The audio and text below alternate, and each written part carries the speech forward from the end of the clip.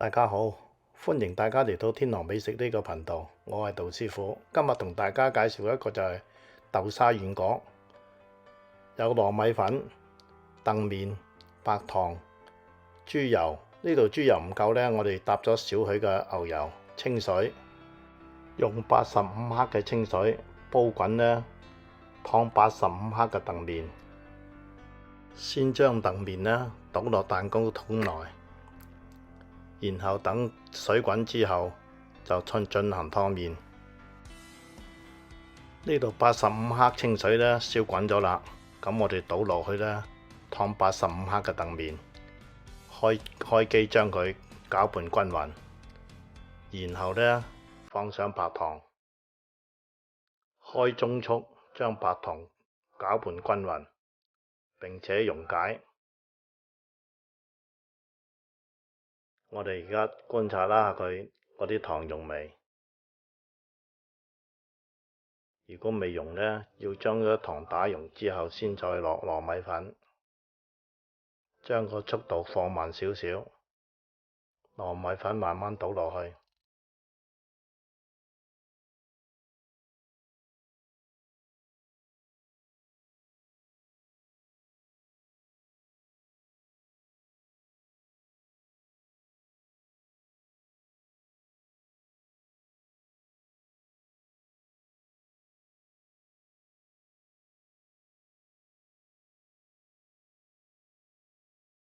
放咗糯米粉之後呢，我哋仲有165克嘅清水，要慢慢放落麵團入邊，將桶邊嗰啲粉攪返落去，清水分批放，等個麵團打得更加順滑。清水放好之後呢，我哋鑑別一下嗰個麵團嘅軟硬度。如果合適嘅話呢，放上豬油。呢次我哋嘅豬油嘅量呢唔夠，所以我哋呢補多少牛油落去，性質差唔多嘅。打到將銀得呢，我哋攞佢出嚟睇一個麵團嘅軟硬度。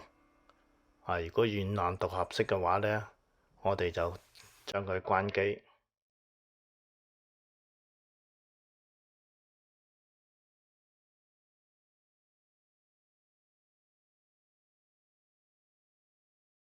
而家我哋再睇睇嗰個麵團，呢個軟硬度呢就比較合適㗎啦。咁佢容易做到形。如果大家呢要根據呢個情況加水或者添加少少粉，我哋呢要鑑別好個麵團嘅軟硬度。咁呢，我哋先再停機。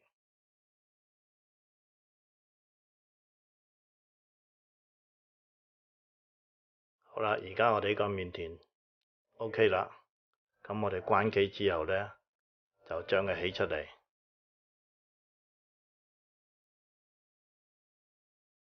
大家最緊要呢，感覺到呢個麵團嘅軟硬度適中，咁包出嚟嘅角呢，就比較靚㗎啦。將佢放喺一個器皿上，放入冰箱半小時左右。呢個麵團呢已經凍咗半個小時啦，咁佢就比較硬身，好造型。我哋而家用呢隻餡呢，就係紅豆沙餡。呢啲粉貝呢，就係澄麵粉，呢啲係豆沙餡。咁我哋放在案板上，將佢搓一搓順滑。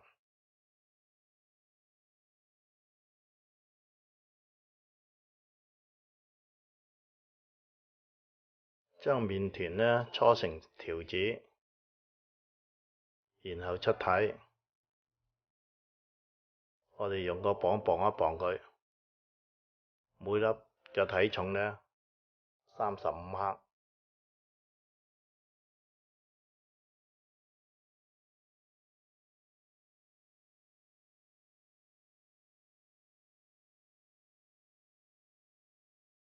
接住落嚟呢，我哋做一個包豆沙角嘅手勢俾大家睇下。將佢搓完撳扁，開一個鍋，中間兩隻手指呢放落下邊，咁呢，呢個鍋形呢就容易包餡，而且包得比較多。個餡呢大約係10克左右。咁呢，呢個餡量呢，亦可以根據個人嘅喜好。喜歡多啲餡嘅可以包多啲，唔喜歡嘅亦可以包少啲。呢個係冇絕對嘅標準嘅。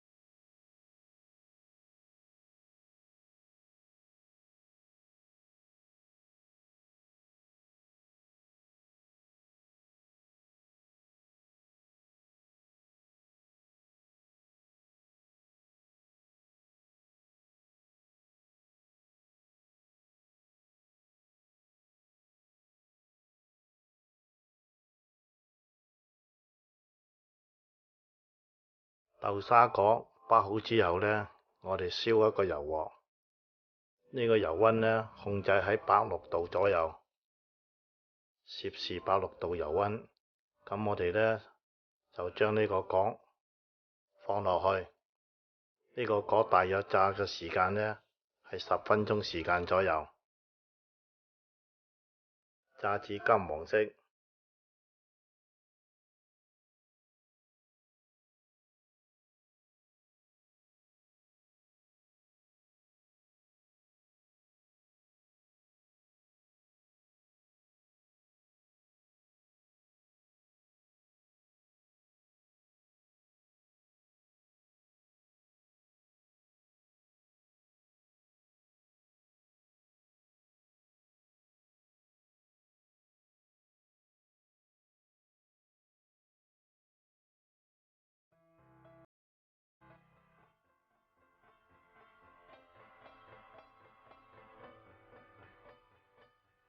油果浮起之後呢，我哋用筷子不斷將佢反動，讓佢受熱均勻，顏色更加勻稱。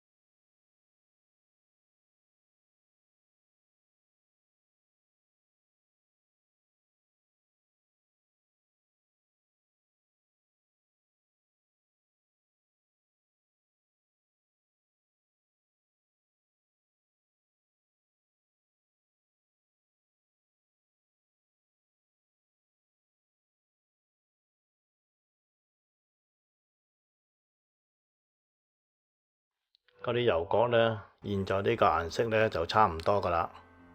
我哋炸咗10分鐘時間，呢個顏色呢非常漂亮。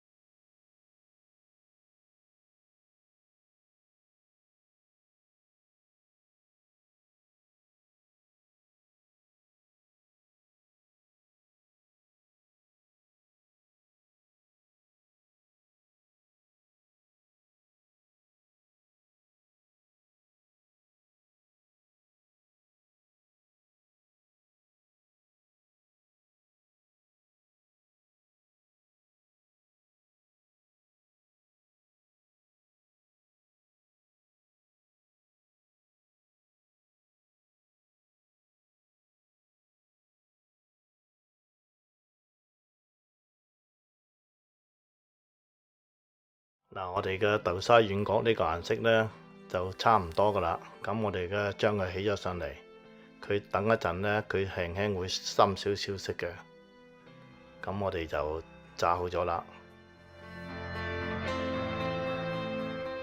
我哋所有嘅軟角呢，基本上炸好咗啦。咁我哋呢，做咗一個燉棉花嘅盤。咁我哋將嗰啲點心呢裝起佢。呢個豆沙軟角呢，佢軟糯得嚟呢，就唔黐牙，軟硬適中，甜度也係適中。如果喜歡嘅朋友可以在家做些品嚐。喜歡呢個視頻呢，請大家訂閱、分享、點讚。嗱，而家我哋切一個出嚟俾大家睇下。由於佢呢個角呢，比原來個體積增大咗。我哋炸到呢個顏色呢，就剛剛好，佢非常漂亮。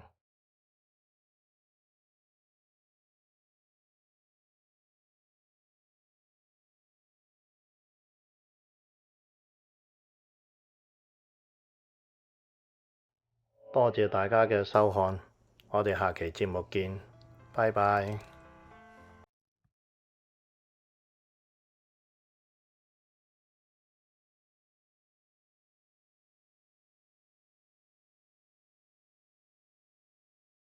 你記得訂閱同埋點讚我嘅爺爺嘅頻道，多謝大家。Please like and subscribe to my grandpa's channel, or else he'll get angry.